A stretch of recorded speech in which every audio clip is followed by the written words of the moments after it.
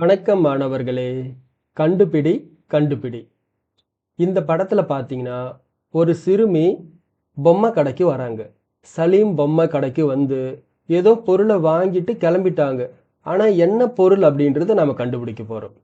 தயாரா இருக்கீங்களா? ரொம்ப சுவாரஸ்யமா இருக்கும். இது நீங்க யோசிச்சு எனக்கு சொல்லணும். ஓகே. இப்ப நாம கண்டுபிடிக்கலாம். இப்போ அவங்க கடைக்கு வரும்போது பாருங்க, சில பொருள்கள்லாம் இருக்கு. கடைக்கு வந்து பொருள வாங்கிட்டு கிளம்பிட்டாங்க. ஒரு பையில போட்டு குடுத்துட்டாங்க கடைக்காரு. ஆனா எந்த பொருள் அவங்க வாங்குனாங்கன்றத இப்ப நாம கண்டுபிடிக்க போறோம்.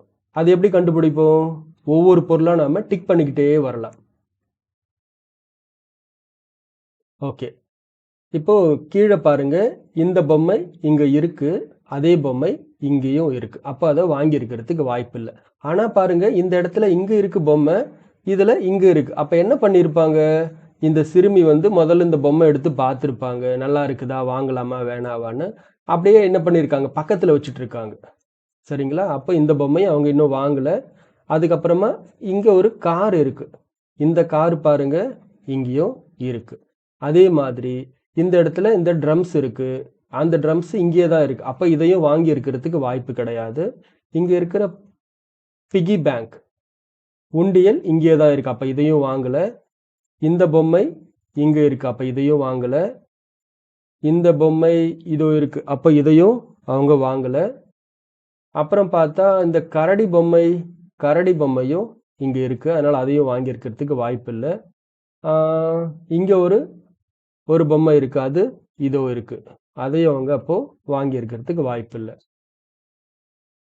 வேற இங்க இருக்கிற பம்பரமும் இங்கேயே தான் இருக்கு. அப்புறம் ஒரு முயல் குட்டி, கியூட்டான முயல் குட்டி, அதுவும் இங்கேயே இருக்கு. இந்த வண்டி இங்க இருக்கு. ஆ, அப்ப அவங்க வாங்குனது என்ன? வாத்து. அப்போ இந்த சிறுமிக்கு இந்த வாத்து பொம்மை தான் ரொம்ப பிடிச்சிருக்கு. அப்போ இந்த கடைக்கு வரும்போது பாருங்க, பொருள் எப்படி இருக்கு? ஆனா கடையை விட்டு கிளம்பும்போது பாருங்க, இங்க இருந்த பொம்மை இங்க வந்துட்டு இருக்கு. அப்ப என்னது?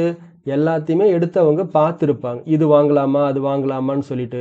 எல்லாத்தையும் பார்த்துட்டு அப்புறம் கடைசியா என்ன பண்ணியிருக்காங்க? இந்த வாத்து பொம்மைய அவங்க வாங்கியிருக்காங்க. சரியா மாணவர்களே? அருமையா கண்டுபிடிச்சீங்க. நீங்க என்ன செய்யுங்க, இந்த மாதிரியான சில புதிர்கள் உங்களுக்கு குடுத்தாங்கன்னா, இப்படிதான் நீங்க என்ன பண்ணணும்? ஒரு இடத்துல இருக்கிற பொருள் இன்னொரு இடத்துல இருக்கா அப்படின்றத செக் பண்ணிட்டு, எது இல்லன்றத நீங்க கண்டுபிடிக்கணும். அடுத்ததா என்ன செய்ய போறோம்னா, ஒரு நாய்க்குட்டிய நாம கண்டுபிடிக்க போறோம். வாங்க. இதுல என்ன கேட்குறாங்கன்னா, பூங்காவில் இல்லாத நாய்க்குட்டி எது? வட்டமிடுக. அப்போ இங்க இருக்கிற இந்த 6 நாய்க்குட்டில ஏதோ ஒரு நாய்க்குட்டி இந்த பூங்கால இல்லையாம்.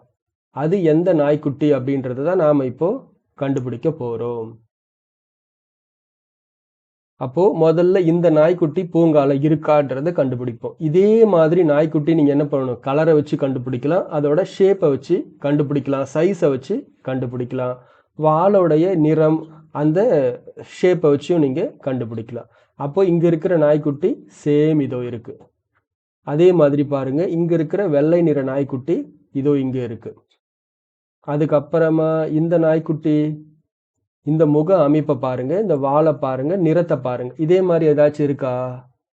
சில சமயங்கள்ல நீங்க இத கூட சொல்றதுக்கு வாய்ப்பு இருக்கு. ஆனா இந்த நாய்க்குட்டி கிடையாது. இந்த நாய்க்குட்டி எங்க இருக்கு? இதோ இருக்கு பாருங்க.